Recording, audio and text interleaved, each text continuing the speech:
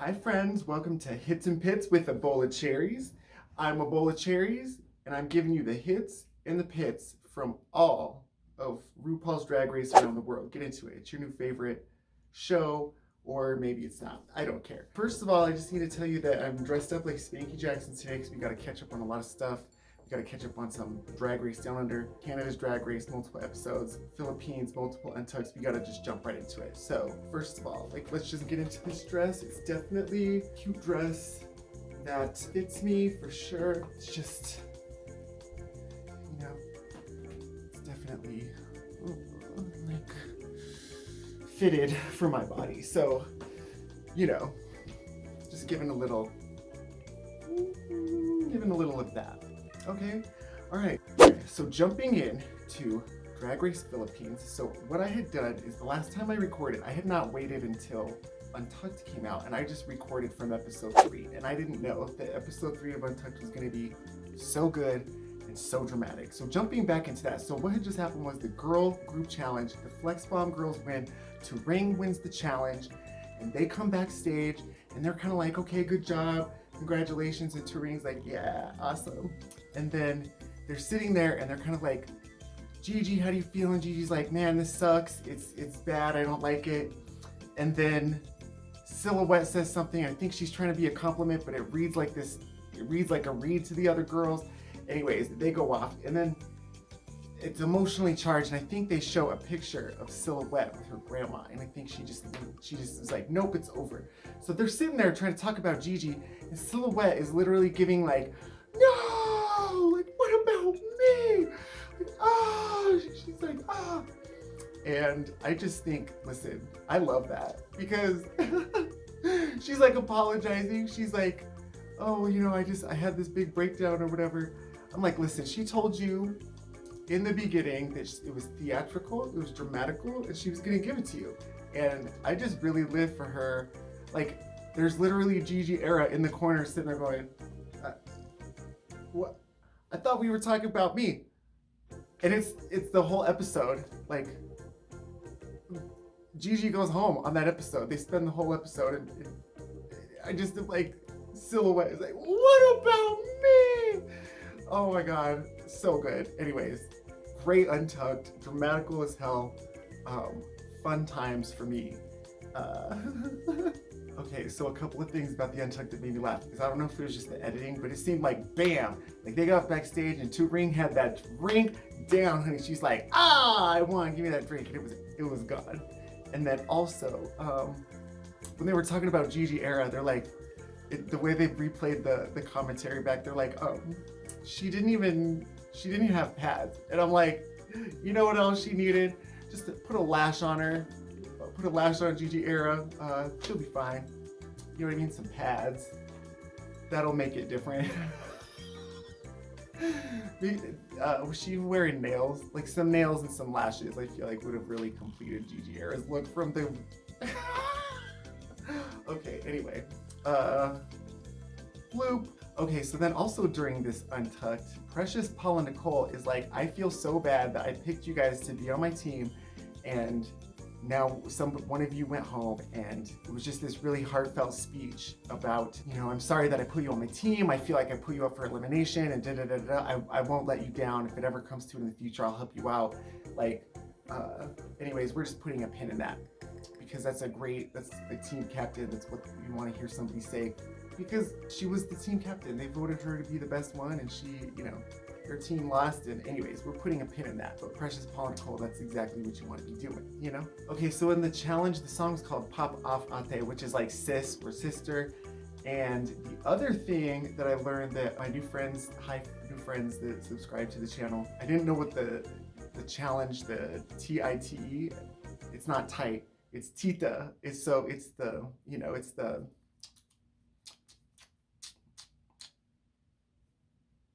what I mean? It's the junk. It's the,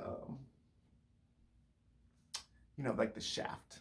Okay, so anyways, so they get into the assigned roles for the Rusical, which is called OPM Ladies, Original Filipino Music Ladies, the OPM Ladies, because I just have to say, when it comes to talking about judging the challenge or whatever, I feel like they just blew it out of the park with giving us informative impersonations of the divas, honoring them, but then also making it really funny and camp with them singing higher and higher and higher. So when it comes to like judging the challenge or giving like my thoughts about they did a really good job informing me as an audience member, and then also making me feel like I was a part of the joke with what they were building. So when Pau is announcing the Maxi Challenge, they say that Regine Velasquez is going to be there. The girls all freak out, and then it ends up being Precious Paula Nicole that does the Regine personification. You know, when she's doing Regine, and Regine is there. So it's a big deal, and everybody's talking about it. They get through the rehearsals. They go into dance rehearsal with Sir Douglas Nieras. And the dance rehearsal is so funny to me because they're all so nervous. Apparently this man's reputation precedes him. Seems to be that like old school style of dance, like 5, 6, 7, 8, like why don't you have it? And he's getting frustrated with the girls. And to me, I was just thinking this was just very funny. Like he's like, Jesus Christ, and they're like, ah. I'm like, that sounds like rehearsal. Like, I don't know.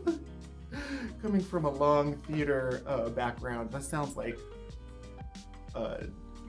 people getting yelled at in auditions or people getting yelled at in rehearsal. Like, God damn it, 5, 6, 7, 8, ba ba da ba ba. Like,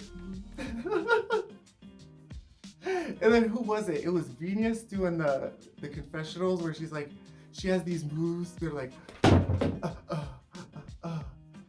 she's making fun of it. Anyway, that shit made me laugh. I lost my book and my page. Let me have this sip of this delicious drink. Okay, here's what I'm gonna say about the challenge overall, is I just thought that they did a great job representing new information for me as an audience member, bringing me along in for the joke.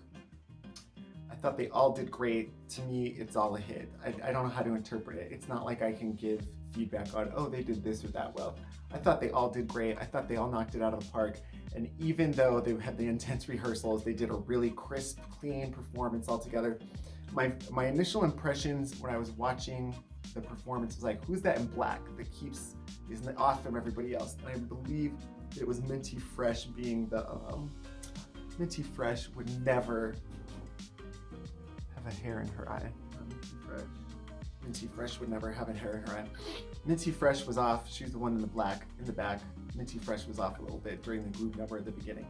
That's the only really thing that I noticed about the group challenge. I thought it was great. I thought the overall thing was great. I'm not going to sit here and go through it because it was great. They were all great. I thought they did a great job. All right, so Mama Pau comes out and she's looking gorgeous in a really structured blue ball gown. It's got this really cool pattern in the skirt that comes up into the bodice, and she has this really structured feather fascinator thing going on. She looks great. It's a hit. She introduces everybody that's going to be here on the panel tonight.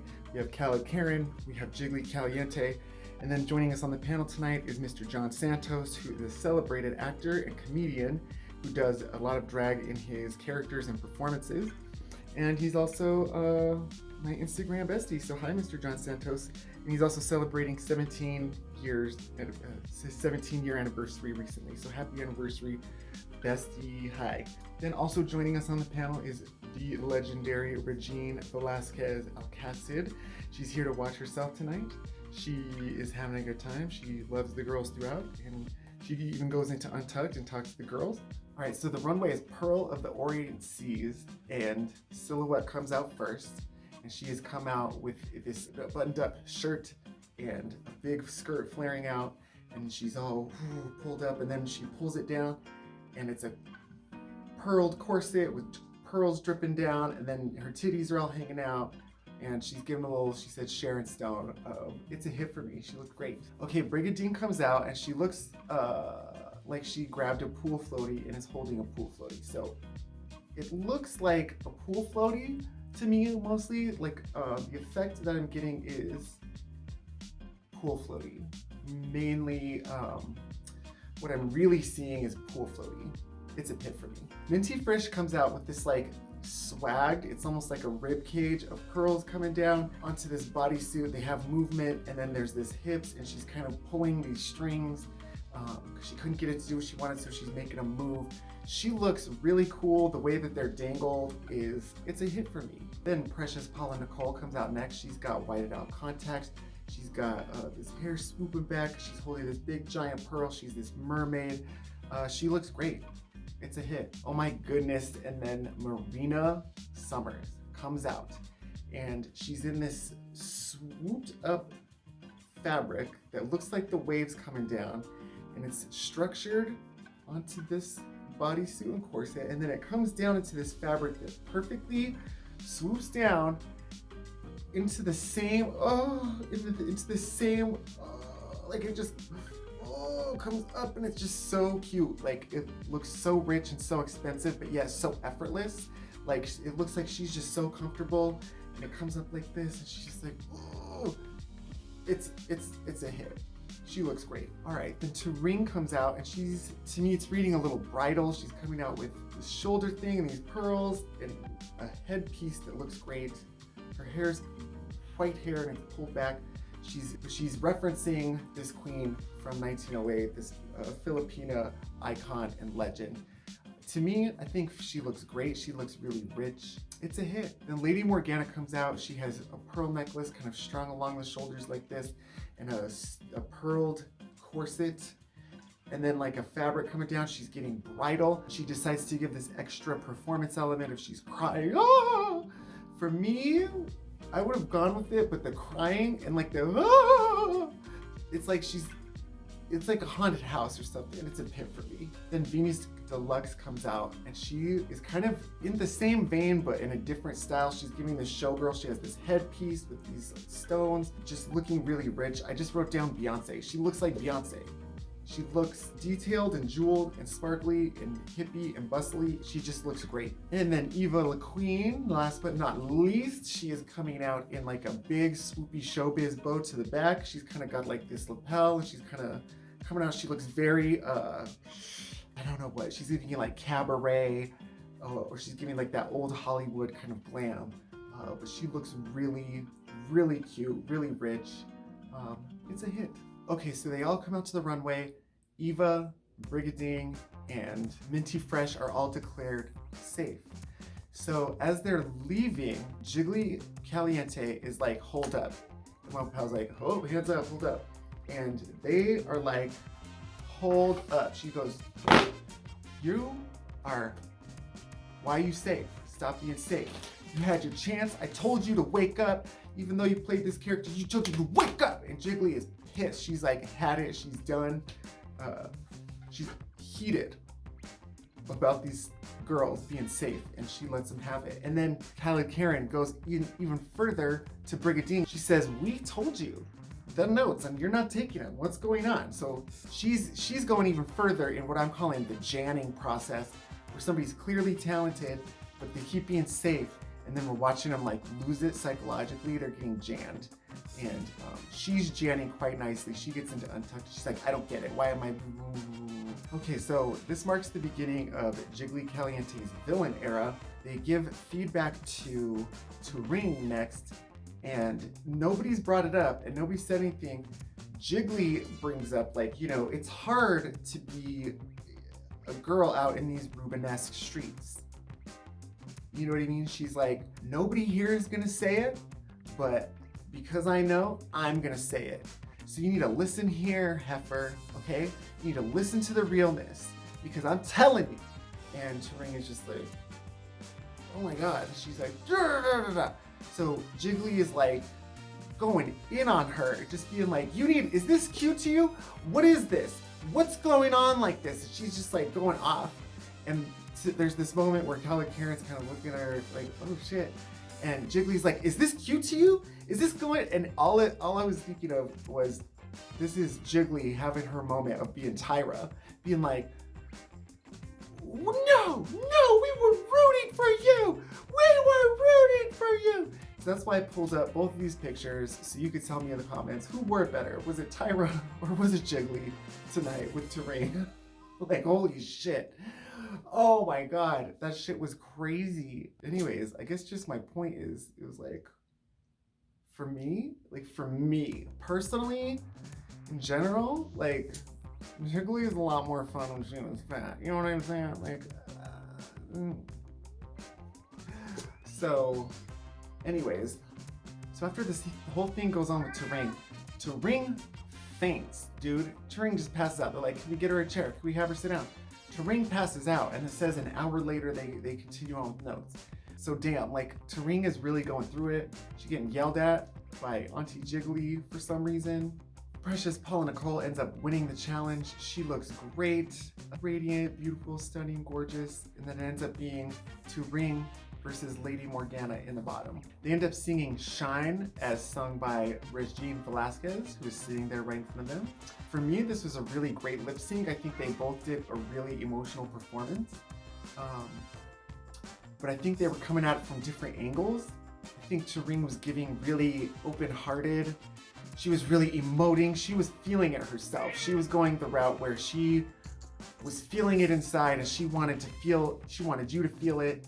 And it actually was really moving. Like, a lot of times when girls like strip down or whatever in the lip sync, and you're like, oh, you don't need to do that. So her stripping down, and I'm sorry, like, her taking her wig off and putting her real hair out, and her real hair looks amazing. Like, when does it ever be like this real hair, incredible reveal? Like, she just looked awesome. To me, it was really vulnerable and open about how she kind of stripped down in that way. And then Lady Morgana, what she had was structured into the song, different builds that kept going. So she had a moment where she had a wig reveal, and then she had a moment where, you know, she spun around and did this thing, and then she had a moment where she got some stuff out of her boobs and she threw it in the air. But it kept building, and it was like structured into the song. It didn't fizzle out, like she kept one-upping herself. So it was a really emotional, it was a great lip sync for me. It ends up being that Lady Morgana wins the lip sync, and that this is Turing's time to go home. I personally thought Turing would go further. I really enjoyed everything that she shared, and I thought that she was a great presence. She was like keeping the girls all together. So yeah, I think they might fight more now that she's not there. So then Untucked, we get a message from Brigadine. Brigadine gets a personal message, and we kind of hear from her a little bit about her family and stuff. We hear about Eva's backstory with her boyfriend. When they get into Untucked, Turing comes in and is like, oh, I fainted, you guys. And then Venus in the confessionals is being really shady about saying, did she really faint, or was she doing it for the Dramaticals? Anyway, it was all Dramaticals, and it was great. Lady Morgana gets a message from home, but she's really overcome with emotion. It's really touching to kind of have her watch that. And they have Regine come back, and they're all kind of like hanging on her every word. All in all, Bombay from Canada's Drag Race this season said, how is anybody going to outdo Drag Race Philippines? And it's true, nobody's doing it like Drag Race Philippines. So